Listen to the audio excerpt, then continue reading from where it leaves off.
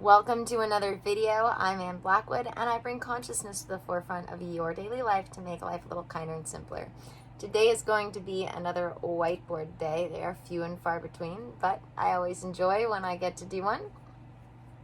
So recently in one of my YouTube videos, I was talking about how self-awareness is really the basis of any course you can do, or really anything that you're going to get into these days, whether you consider it spirituality, mindset work, business entrepreneurship. They all the courses, all the things, all the 101s start with the same thing, and that's this mindset work of self-awareness. You can call it shadow work, you can call it mindset work, you can call it, like I said, learning to be a business entrepreneur, but it all starts with this learning this certain level of self-awareness.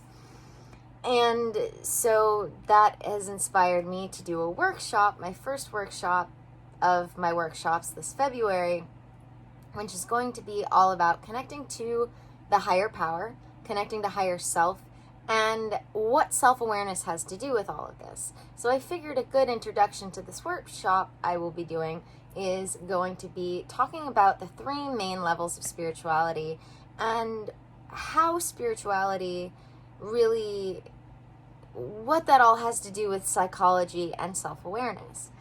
I feel as everything has its divine timing, there was a reason why psychology was my first love when it came to studying things as I was getting deeper and deeper into spirituality, because I can tell you I'm not the only person deeper into the teachings of spirituality who recognizes just how important psychology is.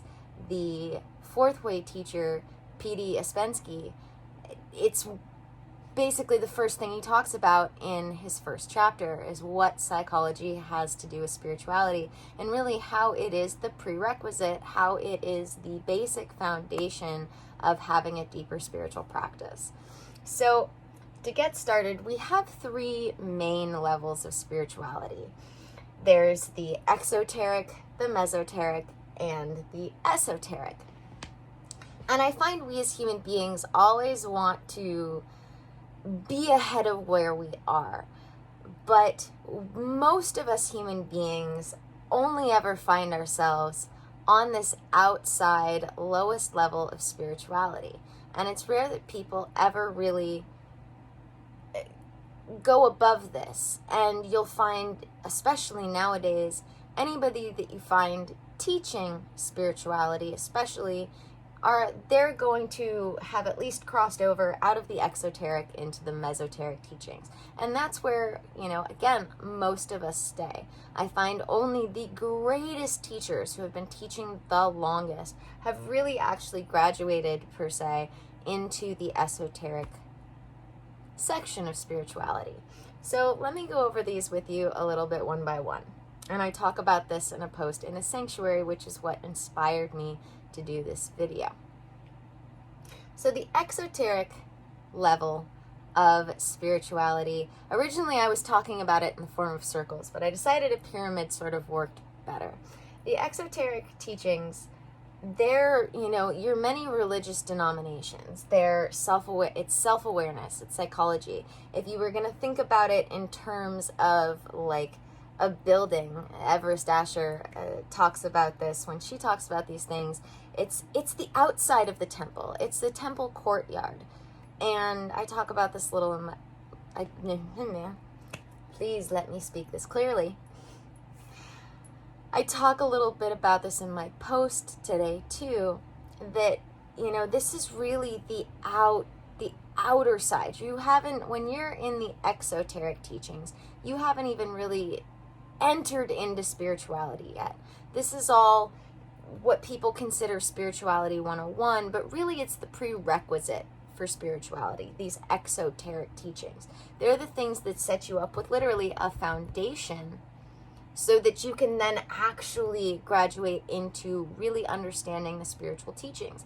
And that's because without this basic understanding and without having been in it for a while, you're not going to really understand what the spiritual teacher is talking about. And I found this from firsthand experience.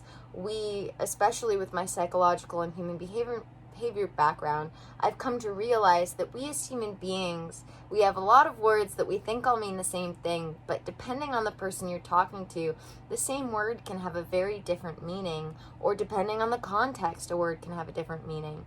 And that's very important to understand when it comes to going from the exoteric to the mesoteric teachings, because you can't graduate into the mesoteric teachings until you've been submersed in the exoteric teachings for long enough to understand really what it means. It's all about really gaining a common vernacular with your teachers so that you've really broken things down for long enough to understand what they mean when they're talking about something. And the reason why this takes so long is because it takes a lot of really real life experiences to have this be understood. It's one of those things where you're not going to understand it until you've experienced it yourself and, have worked through it for long enough to really understand what it means. So that's why a lot of people, as they get into spirituality, feel like things contradict. They feel like, well, I'm doing all of the things, but it's just not working. And that's because they haven't been in it for long enough to pick up on the common vernacular of what the words mean, of what the things mean, because we're looking at it from that outside of the temple perspective. So no matter what the teacher says, we haven't been in it for long enough to really get it, because we're working from meanings that aren't the same thing. We're working from a word that has two different meanings, and the spiritual teacher means it in one way and the student understands it in a different way. And so I find the best teachers are the ones who can translate, so they've been there for long enough to say, okay, I get you understand it kind of means this thing, but really I mean it that way. And the best teachers can really break it down to its simplest form so that everybody's on the same page. And, that can be difficult with spiritual teachings because they're so in depth when it comes to their meanings of things. So, again, this is going to be the many different denominations, smaller denominations of religions, and it's going to be the beginning, just the very beginning of the spiritual awakening. And people, and I've noted this here as sort of a middle ground, the spiritual awakening is what takes you from the exoteric teachings into the mesoteric teachings. And it's that transition period where you, like I said, can spend a very, very long time. I've only been really in the mesoteric teachings myself for maybe the last 3 or 4 years, and I've been studying spirituality for the better part of 20 years now. So I can genuinely say that it took me 16 years to get out of the exoteric teachings and into the mesoteric level of spirituality. So once you start to grasp and start to be able to have the willingness, really, that's what this should really say, is the willingness for self-awareness. Let me change this around really quickly here. So this bottom level here is the willingness for self-awareness. And once you get into, actually, let's do this way. All right, so I'm gonna get in the way for a second. Hold on, guys. So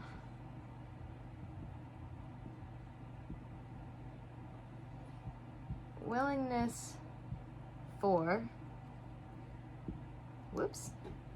cephal awareness. I was about to write cephal awareness. That doesn't work. Okay, so we have the willingness for self awareness. And then we have sort of, let's see if I can write this, getting self-aware. And then up here, okay, so you have your exoteric teachings. And that is just starting to be willing to be self-aware. And that's part of another reason why people stay so stuck in the exoteric teachings for so long, because of their lack of willingness to break themselves down to rebuild. They want to believe they're right. They want to believe they know everything. As I write here, the mesoteric teachings, really, that's when you get into this idea of I know nothing, and really understanding that, because you've gotten beyond the willingness to be self-aware and into actually getting self-aware. And that comes with this understanding and willingness to understand that I know nothing. So we get into the mesoteric teachings, and this is when you get deeper into spirituality, deeper into any particular religion. And often people find themselves exploring others. And that's when you start to learn that there are universal laws that apply to all of them. So at that point, you can really get behind any religion. And this is when people start calling themselves eclectic. I started doing that when I was 13 or 14. I started calling myself an eclectic witch, because I was really starting to recognize that there were universal laws that all of these religions follow. And so once you get into the mesoteric teachings, that's when you get as deep as you can into whatever religion you start with, and then start branching out into other religions and start learning that there are universal laws that apply to all of them. And that's when we really start getting what we call spirituality in general, because it's no longer just about one religion. It's about what all of them have in common. And this is spirituality. This is the mesoteric teachings. And again, there are people who are wise teachers who spend their entire lives in the mesoteric teachings and maybe dip their toe into the esoteric teachings towards the very end of their life, because this is learning the universal laws, not just learning what they are, but learning how to apply them to your life. Really, really grasping this understanding of I know nothing, and being willing to recognize that you have to be curious. Excuse me. This concept of I know nothing is really important to the mesoteric, the middle stages of spirituality, because this is when people get willing to recognize that you have to question everything and assume that you know nothing. That's again why so many people get stuck out in the exoteric teachings, rather than being able to have enough of a spiritual awakening to enter the temple, this middle section of mesoteric teachings, as it were, because they're just not willing to give up the ego. They're not willing to give up this idea that they might be so human that they really know nothing. And that's not to say that you don't have knowledge at your disposal. That doesn't mean you're not capable. But what that means is that we start to recognize that we might have an idea, but there's always more to the story. And especially if you're only given just a really small part of the story, there's always more to the story. It's recognizing that we should approach every situation with curiosity and questions rather than judgment. This is about learning how to let go of, or this is really because the exoteric teachings are all about learning to let go of your learned instincts, and so the mesoteric teachings become learning how to tap in to your intuition and learning the difference between intuition and instincts, because you can learn bad instincts, but your intuition, when you learn to really listen to it, is always going to tell you what's right and what's wrong. The mesoteric teachings is all about learning that as human beings, we want to be working towards, aiming towards being good. And this means being good to ourselves as well as good to others, but aiming for that universal goodness. And then we get to the esoteric teachings, which very, very few people get to. And even this, all of these, and that's why I drew these 3 little lines in here, is that each of these have their own steps in between. But these are the three main levels. And then there will be steps within all of them. But within the esoteric teachings, this is where you really get into the universal laws and starting to figure out the science behind the magic. What I call metaphysics is, the science that we just don't... Why is my pen not working? Whoa. Apparently I'm not supposed to do that. All right, never mind. Whoops, and then I erased some of that, of course. But this is the metaphysics. All right, I'm going to write it since I already screwed it up. Metaphysics. Let's see if I can fix this a little bit. That's going to look not as good as it did, but the science behind the magic, the metaphysics. Because you've gotten so deep into understanding what the universal laws are and applying them to your life that you start then being able to connect the dots and start studying and really figuring out for others what the science is behind the magic. You start being able to conduct your experiments on an empirical level so that you can start showing people how it relates to everybody else. And so, the teachers who are our greatest teachers get up to the lower levels of the esoteric teachings. I don't know why there's an A there. This is all about living and integrating the embodiment of the talk. It's all about having been practicing your spiritual practices for so long that you don't have to remind yourself to do them. They're natural. I hate to use the word autopilot, but it's your spirituality's on autopilot at this point, in a sense, because you have been doing it for so long that most of those basic things that even during the mesoteric teachings, you were still reminding yourself to do, all of those things you learned in the exoteric teachings, as I said, this is sort of the exoteric is sort of the outer courtyard. This is actually being able to go, the mesoteric teachings, into the temple, into the main hall of the temple, and then you have the esoteric teachings, which is like the secret rooms in the temple that only the wisest teachers get to go into, to the libraries where they have all of the most special books, because they have managed to work on their spiritual well-being, work on their spiritual health for so long, work on their physical health, work on their mental health for so long. They've been doing all of these. I call it the Holy Trinity of health: mental, spiritual, and physical health. They've got their Holy Trinity of health locked down so much that all of their spiritual practices are on autopilot for them. They are the living embodiment of their teachings if they teach it, and they're a living embodiment of all of the spiritual practices in general.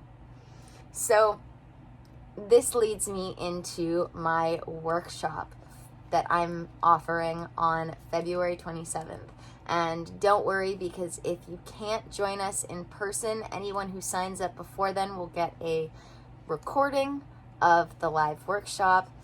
And this workshop is going to be all about these exoteric teachings and really introducing people to the fact that a lot of us, like I said in the beginning, as humans want to believe that we are further up into the spiritual teachings, that we are more spiritual, and that we know more than we really do.